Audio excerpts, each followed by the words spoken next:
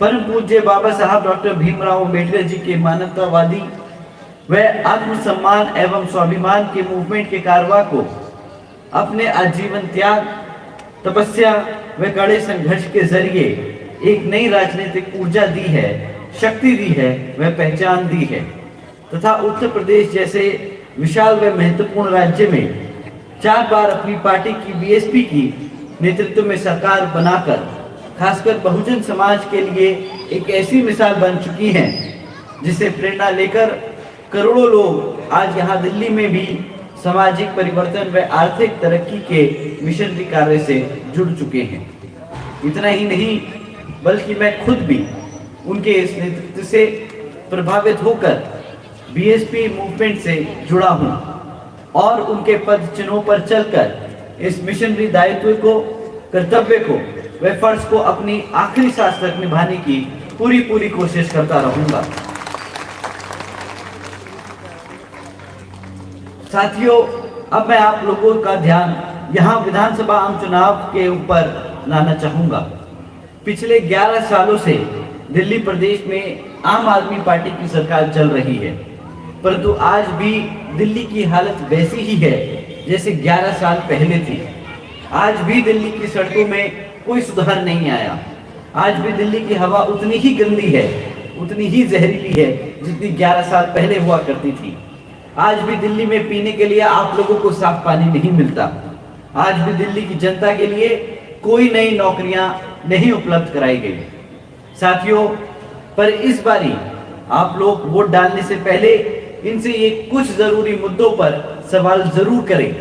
साथियों, आपका फर्ज बनता है, आपको बाबा साहब डॉक्टर भीमराव अम्बेडकर जी की मेहनत से वोट डालने का अधिकार मिला है और इस वोट का अधिकार आपको सही मायने में तब इस्तेमाल करने के लिए आपको हर पार्टी से सवाल करना होगा।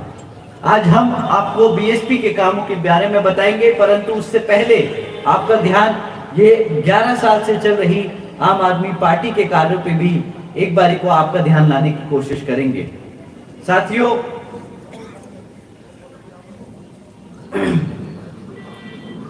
मैं आप लोगों से दरखास्त करूंगा कि आप पिछले 11 साल में जो आम आदमी पार्टी चला रही है सरकार, उसने जो शिक्षा, रोजगार और यहाँ डेवलपमेंट के क्षेत्र में काम किया उस पर सवाल करें। साथियों, मैं पूछना चाहूंगा यहाँ पे मौजूद सभी सदस्यों से कि आप लोगों को शिक्षा के क्षेत्र में इस सरकार ने क्या दिया। केजरीवाल की सरकार पिछले 10 सालों से यहाँ पे दिल्ली में सत्ता में आसीन है।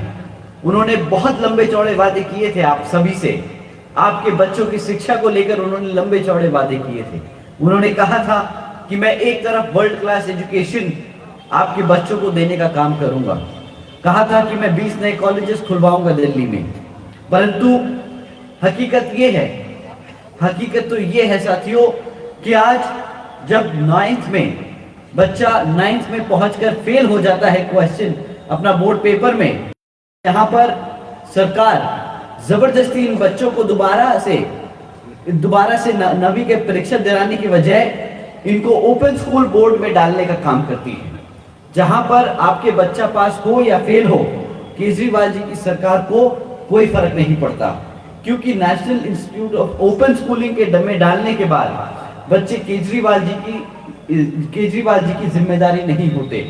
परंतु इन बच्चों को केजरीवाल जी की सरकार अपनी रिपोर्ट कार्ड में ट्रांसफर स्टूडेंट्स दिखाकर अपना रिपोर्ट कार्ड ठीक कर लेती है और हर साल आप लोगों के बीच में आकर बोलती है कि हमने 9th में तो इतने सारे बच्चे पढ़ाने लिखाने का काम किया है। हकीकत तो ये है साथियों कि अगर 40% से ज्यादा बच्चे जो 9th में फेल हो जाते हैं और एक बारी जब फेल हो जाते हैं तो उनको आगे बढ़ने की जो क्षमता है, जो एवेन्यूज हैं, जो मिलने का जो जरिए हैं आगे बढ़ने के शिक्षा के क्षेत्र में, वो खत्म हो जाते हैं। और आप सभी जानते हैं कि इन सरकारी स्कूलों में किन समाज के बच्चे पढ़ने आते हैं। आप जानते हैं कि हमारे पिछड़े समाज, एससी समाज के बच्चे ही यहाँ सरकारी स्कूलों में पढ़ते हैं। तो जब यहाँ पे शिक्षा का ध्यान नहीं दिया जाएगा, एक तरीके से हमारे समाज को रोकने का काम किया जाएगा, हमारे बच्चों को अनपढ़ रखने का काम किया जा रहा है। यही केजरीवाल जी की सोच है साथियों।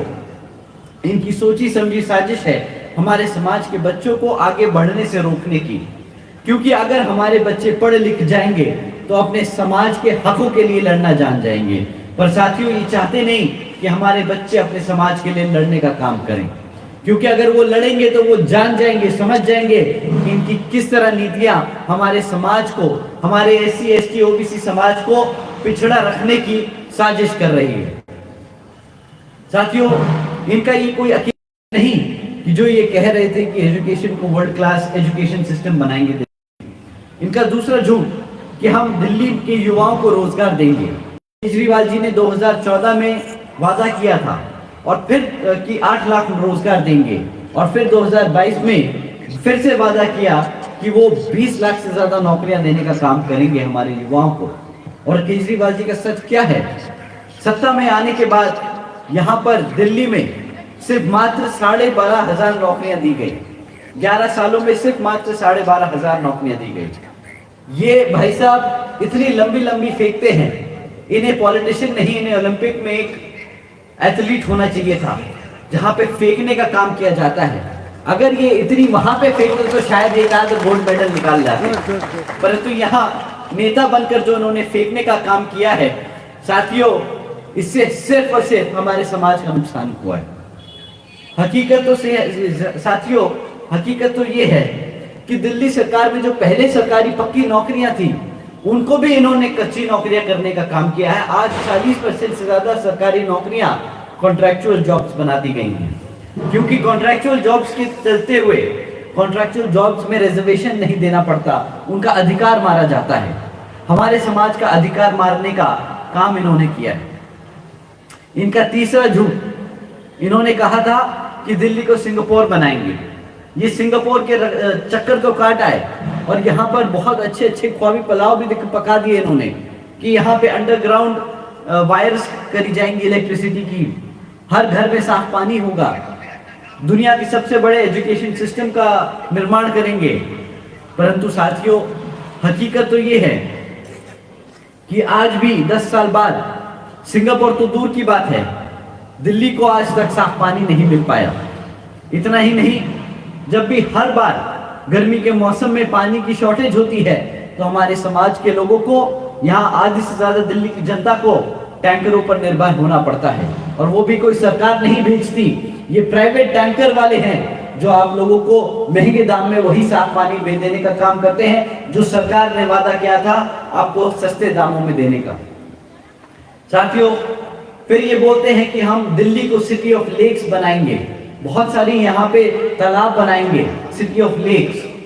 परंतु हर बारी जब बारिश होती है तो सिटी ऑफ लेक्स अपने आप ही बन जाता है, क्योंकि ना केजरीवाल जी आज तक यहाँ पे पक्की सड़कें दे पाए, ना यहाँ पर सीवेज सिस्टम दे पाए, और जिसके चलते हुए जब जब बारिश होती है तो हमारी सड़कें पानी से भर जाती हैं, हमारी गली मोहल्ले पानी से डूब जाते हैं।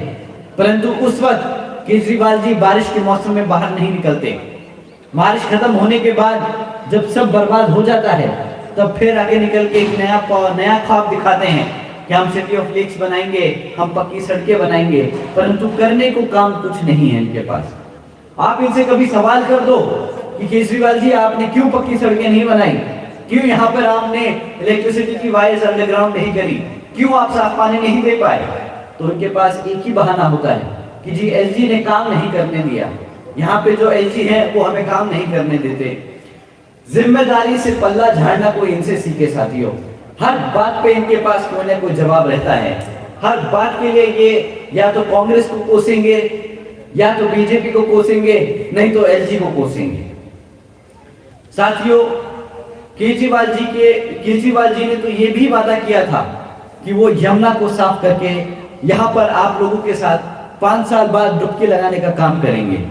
ना तो यमुना साफ हो पाई और ना केजरीवाल जी कभी वहां पे डुबकी लगाने जाएंगे। परंतु ये एक वादा जरूर करते आए, इन्हें बहुत अच्छा लगता है, अब बड़े गर्व से बताते हैं कि भाई मैं तो केजरीवाल हूँ, मैं तो IRS से रिटायर्ड ऑफिसर हूँ, मैं एक चार्टर्ड अकाउंटेंट हूँ, मुझे हिसाब किताब तो आता है, मैं दिल्ली को कभी भी घाटे में नहीं आने दूंगा, मैं दिल्ली की अर्थव्यवस्था को अच्छे से मैनेज करके रखूंगा। यहाँ पे मुफ्त बिजली दूंगा, मुफ्त पानी दूंगा, और उसको जस्टिफाई किया अपनी डिग्रियों से। परंतु आज केजरीवाल जी की हकीकत ये है कि 31 साल बाद, 31 सालों में पहली बार दिल्ली घाटे में जा रही है। और जब आप इनसे सवाल करेंगे कि दिल्ली घाटे में क्यों है, तो इनके पास फिर से कोई जवाब नहीं होगा। फिर से ये बोलेंगे कि एलजी ने हमें ये नहीं करने दिया, वो नहीं करने दिया, इस कारण हम रेवेन्यू नहीं जनरेट कर पाए। परंतु साथियों, ये आप सब जानते हैं कि जिम्मेदारी से पल्ला झाड़ने का काम वही लोग करते हैं जिनकी नियत नहीं होती काम करने की, जो काम करना नहीं चाहते। और साथ ही उन्होंने क्या वादा किया था, बच्चों को पढ़ाई लिखाई देंगे, युवाओं को रोजगार देंगे, यहाँ पे साफ पानी देंगे, पक्की सड़कें देंगे। आज एक भी काम पूरा नहीं किया। इन्होंने दिए तो सिर्फ बहाने पिछले 11 सालों में हमारी जनता को। साथियों, इन्होंने सिर्फ एक वादा पूरा किया, कहा कि मैं 200 यूनिट बिजली दूंगा, और वो 200 यूनिट बिजली दी मुफ्त में। परंतु आप जानते हैं उसकी कीमत आप लोगों ने क्या चुकाई? वो सिर्फ मात्र 200 यूनिट बिजली की कीमत 600 रुपए होती है।